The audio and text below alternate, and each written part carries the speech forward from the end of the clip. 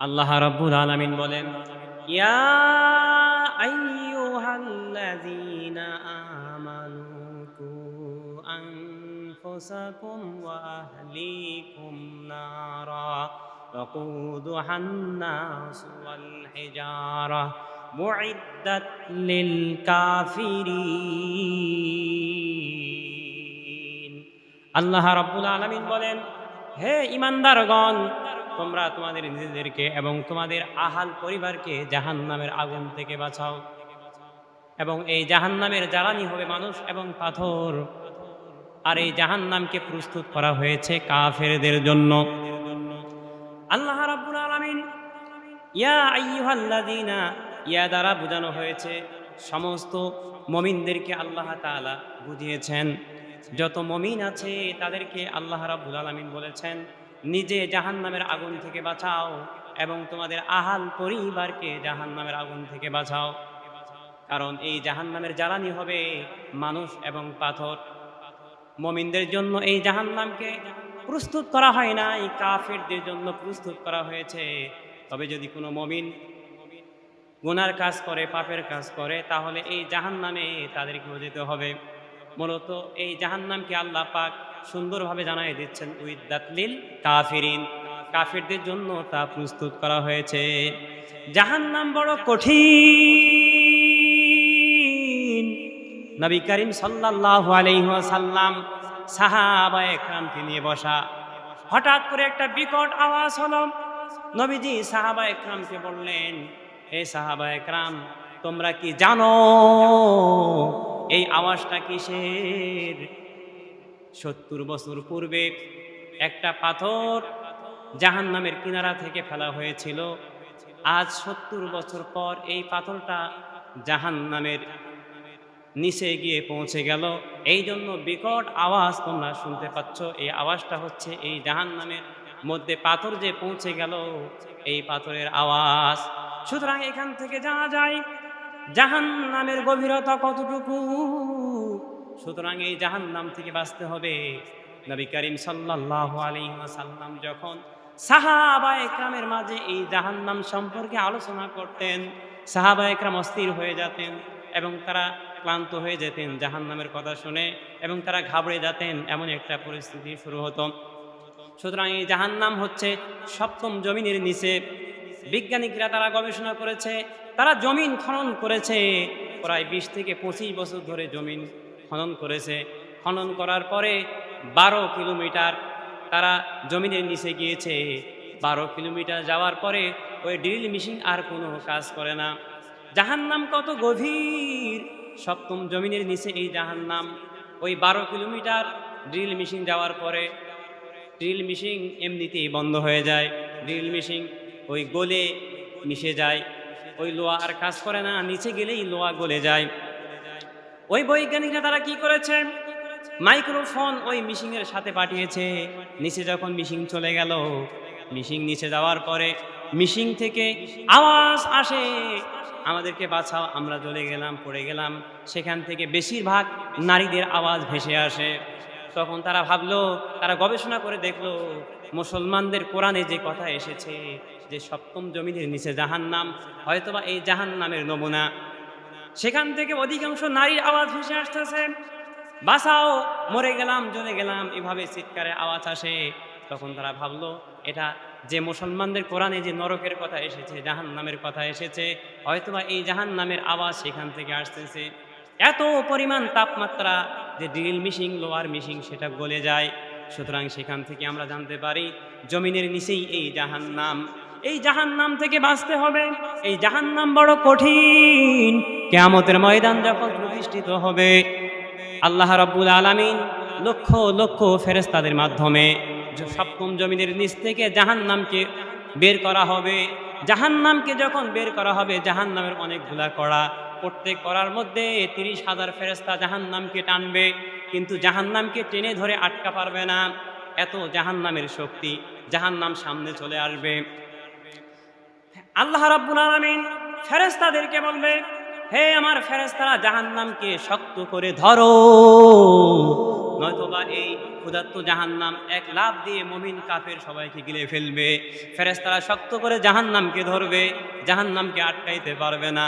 কিয়ামতের মাঠে যখন জাহান্নাম লাফাইতে লাফাইতে সামনে চলে আসবে, সব হাসরবাসী অস্থির হয়ে যাবে। নবী ওলি যারা থাকবে ওই হাসরের মাঠে সব অস্থির হয়ে যাবে। আজরাইল আলাইহিস সালাম, মিকাইল আলাইহিস সালাম, জিবরাইল আলাইহিস সালাম, ইসরাফিল আলাইহিস সালাম, এমনকি আল্লাহ রাব্বুল আলামিনের আরশ বহনকারী ফেরেশতা সবাই অস্থির হয়ে যাবে, ভয়ে কম্পিত হয়ে যাবে। কিয়ামতের ময়দানে সেই নবীরা অস্থির হয়ে যাবে। নবীরা সকলেই বলবে, ইয়া নাফসি ইয়া নাফসি ইয়া নাফসি, হে আল্লাহ আমাকে বাঁচাও, আমাকে বাঁচাও, আমাকে বাঁচাও। আর আপনার আমার নবী জনাবে মুহাম্মদুর রাসূলুল্লাহ সাল্লাল্লাহু আলাইহি ওয়াসাল্লাম নিজের কথা বলবে না, তিনি শুধু উম্মতের কথা বলবেন, ইয়া রাব্বি হাবলি উম্মতি, হে আল্লাহ আমার উম্মতকে বাঁচাও। আমার উম্মতের কি অবস্থা হবে? নবীজি আল্লাহ পাকের আরশের সামনে সিজদায় পড়ে যাবে। নবীজি যখন সিজদায় পড়ে যাবে, নবীজি অস্থির হয়ে যাবে। আল্লাহ রাব্বুল আলামিন ডাক দিয়ে নবীজির হাতে একটু পানি দিয়ে দেবেন, সামান্য একটু পানি দেবেন, দিয়ে বলবে, হে আমার হাবিব, এই পানিটুকু জাহান্নামের গায়ে ছিটকায় মারো। যখন এই পানি জাহান্নামের গায়ে ছিটায় দেবে, জাহান্নাম পিছন দিকে এমন জোরে চিৎকার দিয়ে দৌড় দিবে, জাহান্নাম আর সামনে আসবে না। আপনার আমার নবী জনাবে মুহাম্মদুর রাসূলুল্লাহ সাল্লাল্লাহু আলাইহি ওয়াসাল্লাম আল্লাহ রাব্বুল আলামিনকে ডেকে ডেকে বলবেন, হে আমার মাবুদ, ইয়া রাব্বুল আলামিন, এটা কিসের পানি যে আমরা সকলেই দোয়া করেও জাহান্নাম চলে আসতেছিল, জাহান্নামকে আমরা আটকাইতে পারতেছিলাম না। সামান্য একটা পানির বিনিময়ে এই জাহান্নাম পিছনে চলে গেল। সমস্ত নবী অলি সব কান্নাকাটি করতেছে, এরপরও জাহান্নাম যায় না। কিন্তু সামান্য পানির বিনিময়ে জাহান্নাম পিছনে চলে গেল, এটা কিসের পানি? আল্লাহ রাব্বুল আলামিন বলবেন, হে আমার হাবিব, আপনার উম্মতেরা যখন শেষ রাতে ওঠে আমার কাছে তাহাজ্জুদ পড়ে কান্নাকাটি করে, ওই চোখের পানি যেগুলো বের হয়, গুনাহ করার পরে যখন তওবা করে কান্নাকাটি করে, ওই চোখের পানিগুলো যখন বের হয়, ওই চোখের পানিগুলো আমি এই বাজত্ব করে রেখেছি, আয়ত্ত রেখেছি, জমা করে রেখেছি। এই জাহান্নামের আগুন অন্য কিছু দিয়ে নিববে না, একমাত্র বান্দার চোখের পানি দিয়ে জাহান্নামের আগুন নিববে। জাহান্নামের আগুন মাবুদ সইতে পারব না,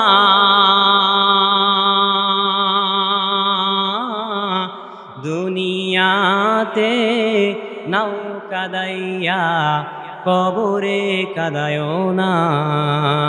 জাহান্নামের আগুন মাবুদ সইতে পারব না,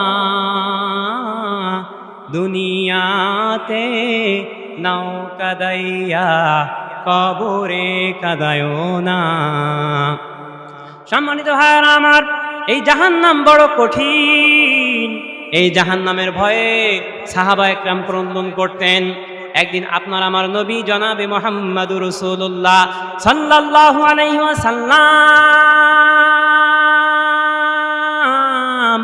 রাতের বেলা কান্নার আওয়াজ পেলেন। কান্নার আওয়াজ পাওয়ার পর আস্তে আস্তে গেলেন, যাওয়ার পরে তালাশ করে দেখলেন এটা হচ্ছে হযরতে আবু বকর সিদ্দিক রাদিয়াল্লাহু তাআলা আনহু কান্নার আওয়াজ। আবু বকর সিদ্দিক রাদিয়াল্লাহু তাআলা আনহুকে নবীজি ডেকে ডেকে বললেন, হে আবু বকর, তুমি কেন কান্না করতেছো? আবু বকর সিদ্দিক রাদিয়াল্লাহু তাআলা আনহু বললেন, ইয়া রাসূলুল্লাহ, আমি জাহান্নামের ভয়ে কাঁদি। নবীজি বললেন, হে আবু বকর, তোমার তো গুনাহ মাফ করে দেওয়া হয়েছে, এমনকি তুমি তো দুনিয়াতেই জান্নাতের সার্টিফিকেট পেয়েছো, তাহলে কেন কাঁদতেছো? আবু বকর সিদ্দিক রাদিয়াল্লাহু তাআলা আনহু বললেন, ইয়া রাসূলুল্লাহ, আমার একটা কাপড়ের দোকান আছে, আমি তো কাপড়ের ব্যবসা করি। একজন মহিলা আমার কাছ থেকে কাপড় নিয়ে গিয়েছিল, অনেক দিন পর এসে আমাকে কাপড়টা ফেরত দিল। আমি বললাম, কাপড়টা কেন ফেরত দিলেন?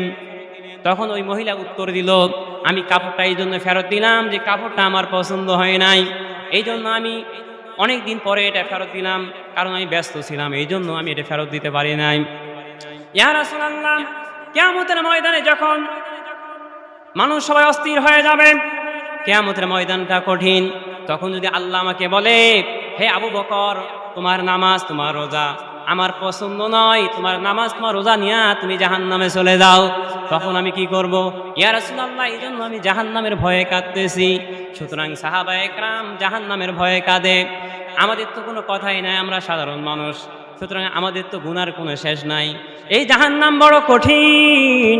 এই জাহান্নামের ভয় যার ভিতরে থাকবে সে কখনো কোনো গুনাহ করবে না, কোনো অন্যায় করবে না, দাড়ি চাচবে না, নামাজ ছাড়বে না, বেপরদা করবে না।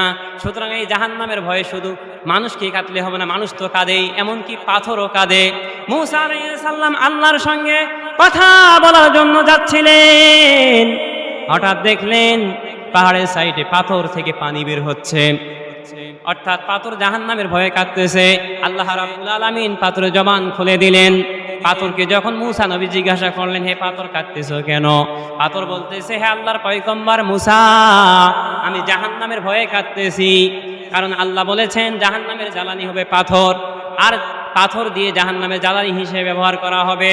তুমি আল্লাহর কাছে গিয়ে বলো আল্লাহ পাক যেন আমাকে ক্ষমা করে দেয়। মূসা আলাইহিস সালাম যখন আল্লাহর কাছে গেল, আল্লাহর কাছে কথাকথন শেষ করার পরে চলে আসতেছিলেন, আল্লাহ বলে, হে মূসা তুমি চলে যাচ্ছ? পাথর তো বলেছিল আমার কাছে যে তার কথা বলার জন্য আমি যেন তারে মাফ করে দেই, তোমার কি খেয়াল নাই?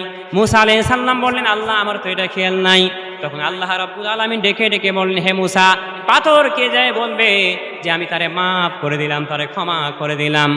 আসার পথে পাথরের সঙ্গে যখন দেখা হলো, তখন বলল, হে পাথর, আল্লাহ রাব্বুল আলামিন তোমারে ক্ষমা করে দিয়েছে। কিছুদিন পর আবার ওই পথ দিয়ে মূসা আলাইহিস সালাম যাচ্ছেন।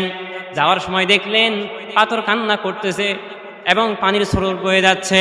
মূসা নবী ডেকে ডেকে বললেন, হে পাথর, তোমারে না আল্লাহ রাব্বুল আলামিন মাফ করে দিয়েছে, তাহলে তুমি কেন কান্না করতেছো?